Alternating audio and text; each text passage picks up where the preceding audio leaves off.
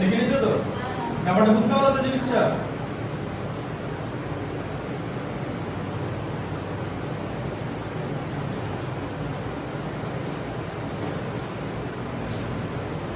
এটা টোটালটাই money management, টাকা পয়সার ব্যাপারটা ভালো করে বুঝতে হবে।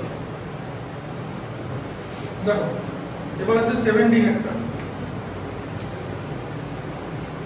আচ্ছা 17টা কি বলেছে? বলেছে অন সেলিং, বলছে একটা এক্সস্ট ফ্যান বিক্রি করে মানে সেল করে 7350 রুপিসে সেল করেছে, ঠিক আছে? তাহলে অলরেডি সেল করে দিয়েছে, তাহলে 7350 এটা হচ্ছে সেলিং প্রাইস। আচ্ছা a man gains 1/6 of his cost price, মানে কস্ট প্রাইসের 1/6 গেইন করেছে। তাহলে আমি ধরে নিই কস্ট প্রাইস হচ্ছে এ, আর গেইন কত করেছে বলেছে? বলেছে এটা বিক্রি করে গেইন হয়েছে, সেই গেইনটা কতটা? কস্ট প্রাইসের 1/6 মানে a বাই 6, তাই তো? এই দেখো a ইনটু 1/6 মানে হলো a বাই 6, এটা গেইন করেছে, তাই তো?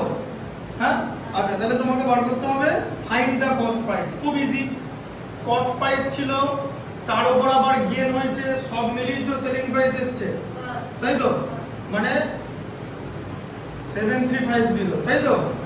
আচ্ছা তাহলে এখানে 6 এলসিএম এ 6 এর মধ্যে 1 6 টাইমস 6a 6 1 টাইম a,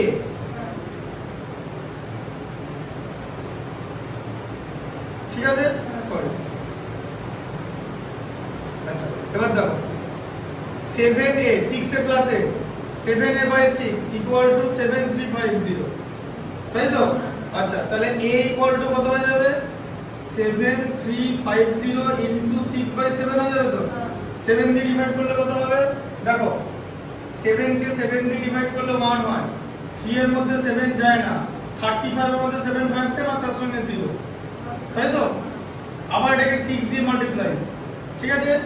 105 কে 6 দিয়ে মাল্টিপ্লাই করলে কত? 630, তাই তো? 105 630 আর তার সঙ্গে এত রুপিস, ঠিক আছে? তাহলে তোমার রিকোয়ার্ড কস্ট প্রাইস কত জিজ্ঞেস করেছে? Cost price of the exhaust fan 6300 rupees, this is the cost price of the exhaust fan, ঠিক আছে? লিখে নাও, বুঝতে পারলে? লিখে নাও, ওই অ্যানসারটা লিখে নিছো, cost price of the exhaust fan ওটা লিখে নাও, ঠিক আছে? লিখে নাও সেন্টেন্সটা লিখে নাও, cost price of the exhaust fan 6300 rupees, ঠিক আছে? আচ্ছা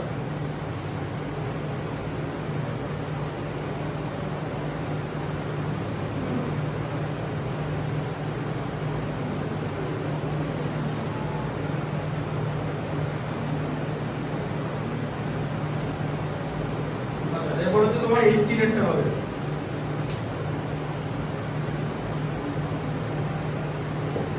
আচ্ছা 18 এরটা কি আছে ভালো করে দেখো, লেখা আছে মোহিত সোল্ড এ ওয়াচ টু করিম।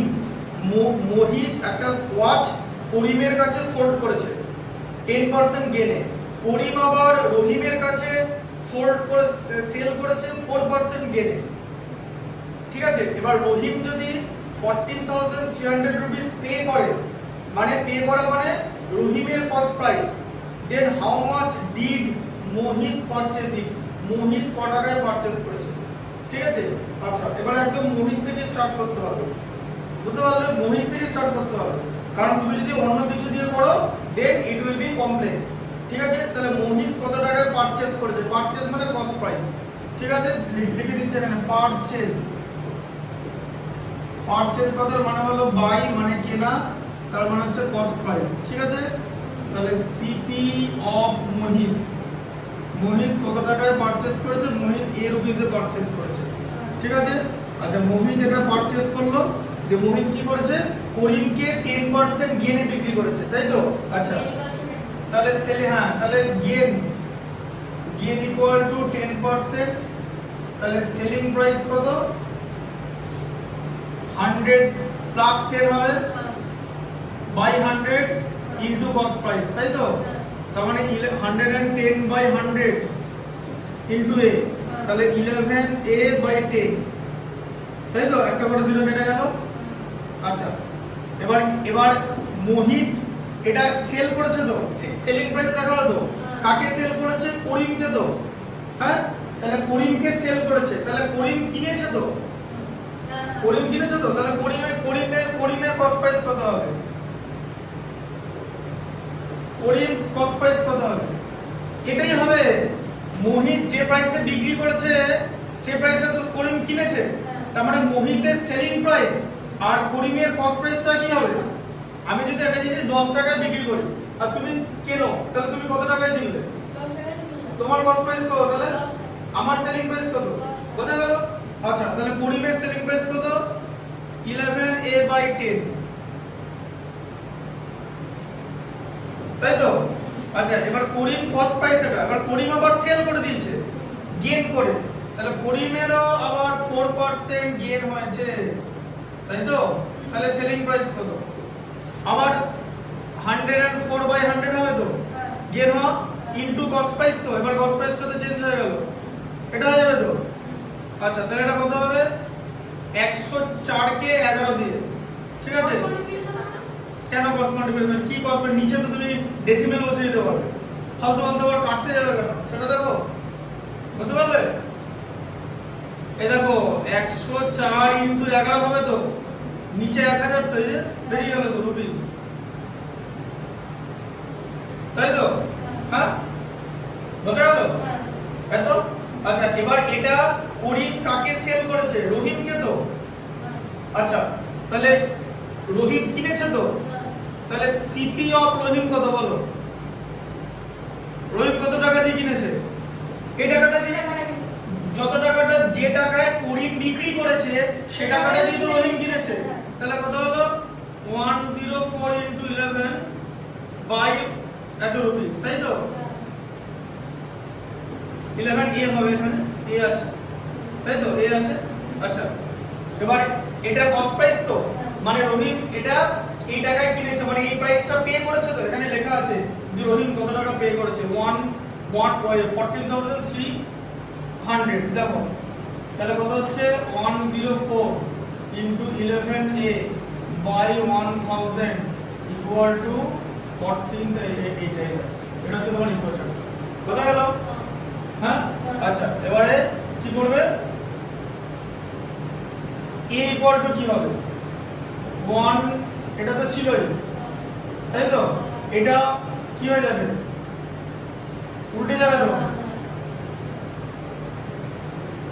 উল্টে গিয়ে 104 ইনটু 11 নিচে চলে আসবে তো, এটা নিচে চলে আসছে, এটা উল্টে যাবে তো, রেসিপ্রোকাল হয়ে গেল। আচ্ছা, এবার দেখো লিংক দেখো, 11 চলে যায় 114 এর সঙ্গে 13 এ, ঠিক আছে? আচ্ছা, হয়ে গেল তো? এখনো কাটিনি দুটো ছিল। আচ্ছা, এখানে দুটো ছিল আছে, 13 চলে যাবে 8 এ, তাই তো? আচ্ছা, 8 আবার এটাতে চলে গেল 125 এ, তাই তো? তাহলে a ইকুয়াল টু কত হলো?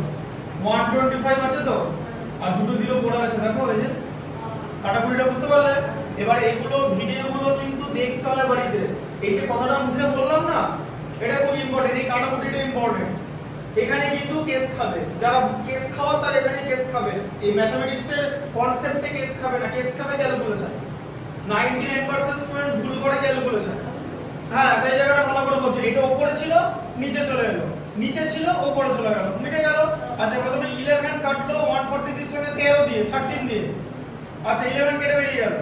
আচ্ছা, 13 শুধু 13 11 এই জায়গাটা কেটেছে, দুটো জিরো রেখে দিয়েছে, কিন্তু দুটো জিরো মানে কিন্তু 100, 13টা 104 এর সঙ্গে 8 এ কাটলো, 13 এর মাল্টিপ্লিকেশন টেবিলে 8 এ 104 আছে, 8 1000 এর সঙ্গে 125 এ কাটলো, 125 থেকে গেল আর দুটো জিরো থেকে গেল, মানে এটা, ঠিক আছে? এটা হচ্ছে কস্ট প্রাইস। তাহলে কার? পারচেজ প্রাইস বলেছে যে how much did Mohit purchase it, তাহলে আবার একদম অ্যানসার লিখো, মোহিত purchased it at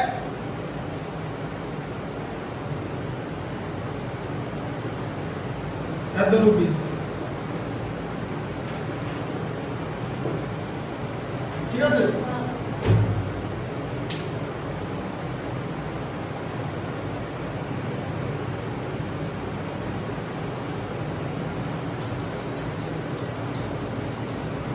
বুঝতে পারলে ব্যাপারটা?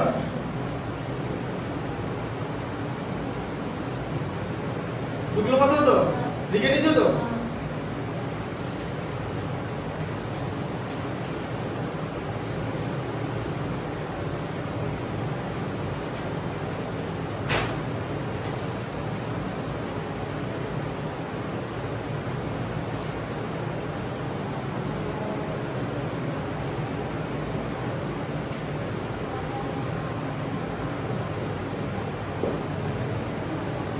এটা দেখো বলেছে ইফ দ্য সেম ম্যাথস বলেছে ম্যানুফ্যাকচারার 10% গেইন করবে, হোলসেলারও 50, ম্যানুফ্যাকচারার আবার হোলসেলারকে বিক্রি করবে, তারপরে হোলসেলারও 50% গেইন করবে, রিটেলারও 25% গেইন করবে, হোলসেলার আবার রিটেলারের কাছে বেচবে। Then what is the production cost of a washing machine, যার রিটেল প্রাইসটা দিয়ে দিচ্ছে, মানে লাস্টের প্রাইসটা দিচ্ছে, মানে রিটেল প্রাইস, মানে রিটেলার যেন রিটেল প্রাইস মানে রিটেলার অলরেডি গেইন করে ফেলেছে তার উপর প্রাইসটা, ঠিক আছে? মানে প্রোডাকশন কস্ট মানে হচ্ছে ম্যানুফ্যাকচারার, ঠিক আছে? এখানে আগে আমি লিখে দিচ্ছি, ভালো করে বুঝবে যে প্রোডাকশন কথা কিন্তু আমি যেগুলো লিখছি সেগুলো খাতায় লিখবে, ঠিক আছে? প্রোডাকশন কস্ট কথার মানে হলো ম্যানুফ্যাকচারিং,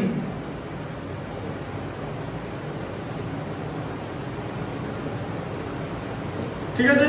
তাহলে বলেছে ম্যানুফ্যাকচারার 10% গেইন করেছে, তাহলে প্রোডাকশন কস্টটা বার করতে হবে, মানে ম্যানুফ্যাকচারটা বার করতে হবে। তাহলে let manufacture equal to B, তাই তো? আচ্ছা এবারে তাহলে কস্ট প্রাইস হচ্ছে বি, তাই তো? আচ্ছা তাহলে ম্যানুফ্যাকচারার 10% গেইন করেছে তো, তাহলে গেইন হচ্ছে 10%, তাহলে এসপি কত? 110/100 ইনটু বি, তাই তো? 10% কে মানে উপরে অ্যাড হলো, তাহলে 11b/10, তাই তো? এটা সেলিং প্রাইস তো। আচ্ছা এই সেলিং প্রাইসটা কার? হোলসেলার আবার 15% গেইন করবে তো, তাহলে হোলসেলের কস্ট প্রাইস কত বলো? হোলসেলের কস্ট প্রাইস কত? এটাই, তাই তো? 11b/10। আচ্ছা হোলসেল আবার 15% গেইন করেছে, তাহলে গেইন হচ্ছে 15%, তাহলে সেলিং প্রাইস কত? 15% মানে 115/100 তো, ইনটু 11b/10 তো কস্ট প্রাইস। আচ্ছা কিছু করার দরকার নেই, এটা না করে দিতে পারো, এরকম করে করতে পারো, 5 দিয়ে কাটলে 23, 5 দিয়ে কাটলে 20, তাহলে 23 ইনটু 11, 23 × 230, 23 11 253b বাই 200, এই যে 20 ইনটু 10 এ 200, ঠিক আছে? Selling price. আচ্ছা তাহলে হোলসেল কাকে সেল করেছে? রিটেল কে, তাই তো? আচ্ছা এবার দেখো তাহলে রিটেলারের কস্ট প্রাইস কত? এটা তো হোলসেলের সিপি তো 253b/200। আচ্ছা এবারে হুজ রিটেল প্রাইস বলেছে, ঠিক আছে? তাহলে রিটেলার 25% গেইন করেছে তো, এর উপর গেইন 25%, তাহলে সেলিং প্রাইস কত হবে? 253b/200 ইনটু এই যে 25% গেইন মানে 125/100 তো, ঠিক আছে? আচ্ছা তাহলে এটা কত হচ্ছে? 25 দিয়ে কাটলে 5, 25 দিয়ে কাটলে 4, তাই তো? তাহলে কত হচ্ছে? 253 কে 5 দিয়ে মাল্টিপ্লাই করব, দরকার নেই 5 200 এর সঙ্গে কেটে দেবো, 40 দিয়ে কেটে গেল তো, তাহলে 253b নিচে 40 আর 4 আছে তো, মানে 160, এই যে এটা হলো সেলিং প্রাইস, মানে ইকুয়াল টু রিটেল প্রাইস, মানে রিটেলার এখানে প্রাইসটা লিখে রেখেছে, বুঝলে? এবার তুমি এই দামটা দিয়ে কিনবে, সোজা কথা, ঠিক আছে? এতটা বেড়ে গেল, ঠিক আছে? বি মানে কত জানো? বি মানে দেবে, বি মানে নিচে 160 আছে তো, মিলিয়ে দাও 160b/160, এই দেখো ওটা এতটা বাড়ছে, 160b/160 হলো কত তো, 160 এর জায়গায় 253 হয়ে গেল, এতটা বেড়ে গেল। দুটো আমাদের কনসেপ্টটা কম্পেয়ারটা দেখিয়ে দিলাম যে কতটা বাড়লো। বি মানে দেখো 160 কে 160 ডিভাইড করলে 1 হয় তো, তাই বি এর জায়গায় লেখা যাবে তো 160b/160। কেন 160 লিখলাম? কারণ এখানে নিচে ডিনোমিনেটরটা আছে 160 আছে বলে ডিনোমিনেটরটাকে আমরা সেম রাখি। ঠিক আছে। আচ্ছা তাহলে এবারে এই যে প্রাইসটা, এই যে এবারে 253B বাই 160, এই প্রাইসটা হচ্ছে 37,950, ঠিক আছে। আচ্ছা এবারে B ইকুয়াল টু কত হবে বলো তাহলে, 37,950 ইনটু 160 বাই 253, ঠিক আছে। আচ্ছা এবারে দেখো 37,950 এর মধ্যে 250 কতবার যাবে, 253 ওয়ান টাইম যাবে, 253 126, 1265 5 বার যায়, জানো তো, চলে গেল 5 দুগুণে 10, 5 তিপ্পান্ন 262, 1265, এই জিরোটা এখানে চলে আসবে, তাহলে কত হলো 150, তাই তো, ইনটু 160, তো 15 ইনটু 16 কত, 15 15 10 15 ইনটু 16 তে 240 হয়, জানো তো, হ্যাঁ দুটো জিরো আছে এই যে, হ্যাঁ দুটো রুপিস, হ্যাঁ মাল্টিপ্লিকেশন তো, হ্যাঁ 15 16 240, তার সঙ্গে দুটো জিরো হবে, 240 এর পর দুটো জিরো, ঠিক আছে। বুঝতে পারলে b ইকুয়াল টু এত রুপিস। তাহলে আবার কি হলো যে what is the production cost of a washing machine, তাহলে আবার এখানে লিখতে হবে যে production cost, production cost equal to 2400 rupees, not 24,000 rupees, ঠিক আছে। বুঝতে পারলে এটা হচ্ছে প্রোডাকশন কস্ট, ঠিক আছে। লেখা অ্যানসারটা লিখে দাও।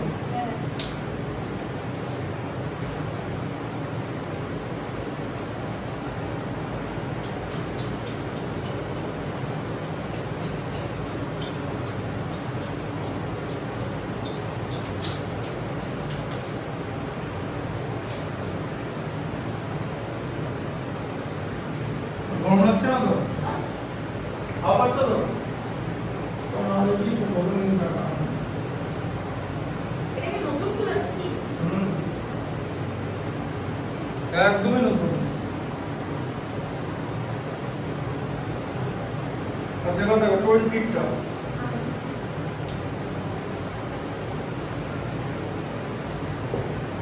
ঠিক আছে। দেখো mister Mehta purchased a video for 20,000, video, আর একটা television 30,000, on the video he lost 5% and on the television he gained 8%, মানে যখন বিক্রি করেছে, ঠিক আছে। তাহলে পারচেজ কথা বলা কিন্তু কস্ট প্রাইস, ঠিক আছে। দেখো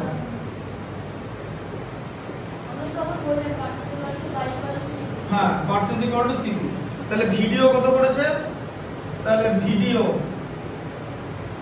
কস্ট প্রাইস হচ্ছে তোমার 20,000,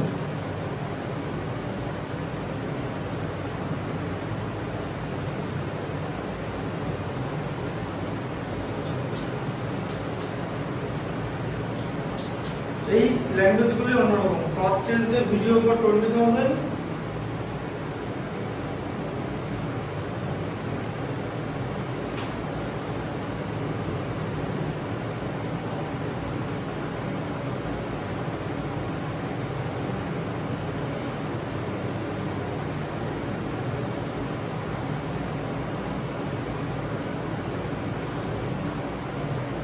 এবার দেখো অন্য দেখো পারচেজ বলে, যে পারচেজ কে সবসময় কস্ট প্রাইস ধরা হয়। এবার এখানে যদি এরকম বলে যে টেলিভিশনটা পারচেজ করেও লস হয়েছে, তাহলে তো হয় না, কারণ লসটা সবসময় সেল করা হবে। আর এখানে লস লেখা আছে, মানে ধরে নিচ্ছি ও সেল করে দিয়েছে, ঠিক আছে, কিন্তু এখানে সেটা বলা নাই। যদি অ্যানসারটা না মেলে তাহলে কিন্তু অন্য ওয়েতে করতে হবে, ঠিক আছে, সেটা হচ্ছে ঝামেলা।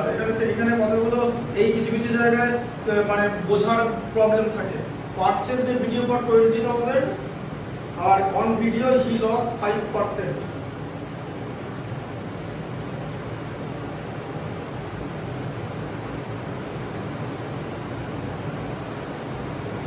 আচ্ছা ঠিক আছে, হি লস 5% লস করেছে, তাহলে লস লিখে নাও 5%, ঠিক আছে।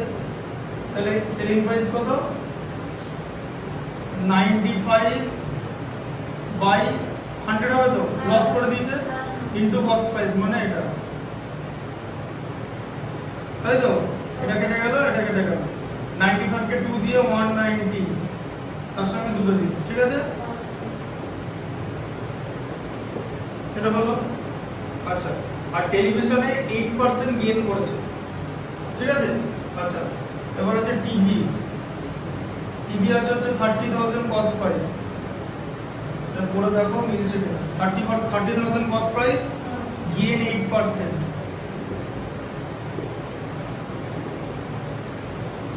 ঠিক আছে? আর তাহলে সেলিং প্রাইস কত হবে? 108 বাই 100 হলো, গেইন করেছে তো, ইনটু 30,000, দুটো জিরো কেটে গেল, 3 দিয়ে 324 আর তার সঙ্গে দুটো জিরো, এত রুপিস, ঠিক আছে? আচ্ছা, তাহলে টোটাল কস্ট প্রাইস কত? ভিডিওর প্রাইস 20,000 আর টেলিভিশনের দাম হচ্ছে 30,000, অ্যাড করলে 50,000 রুপিস, ঠিক আছে? আর সেলিং প্রাইস কত হচ্ছে তাহলে? টোটাল সেলিং প্রাইস একটা 19,000, তাই তো, আর একটা 32,400, অ্যাড করলে কত? 400 এখানে থাকলো, এটা কত? 51,400, এত রুপিস, ঠিক আছে? 51 আছে, 51, এই তো 19 আর 32। আচ্ছা, তাহলে সেলিং প্রাইস বেশি তো, selling price greater than gross price, তাহলে ওর প্রফিট হয়েছে, তাই তো? প্রফিট কত হয়েছে? সেলিং প্রাইস হচ্ছে তোমার 51,400, 51,400 জিরো বেশি দিয়েছে, দেখেছো? মাইনাস 50,000, 400 থেকে এটা কেটে গেলে 400, আর 51 থেকে মাইনাস করলে 1, তাই তো? এত রুপিস হচ্ছে প্রফিট হয়েছে। সেই প্রফিটটা কত করতে? তাহলে পার্সেন্টেজ কত? পার্সেন্টেজ অফ প্রফিট, তাই তো?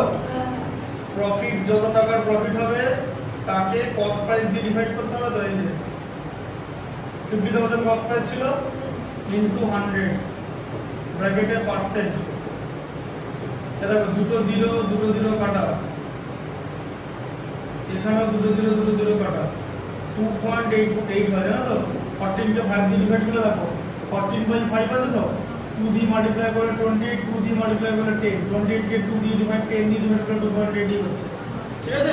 ইকুইভ্যালেন্ট ফ্র্যাকশন বলে, দেখে না করতে দাও। এক্সারসাইজ 11 এর 8 আই হওয়া উচিত, 11 এর 8 হ্যাঁ, ঠিক আছে, 2.8%, ঠিক আছে। বুঝতে পারবে? এমসিকিউ সব হবে না, তোমার তুমি তো বলে 9:30 সময় নিতে আসো, ঠিক আছে?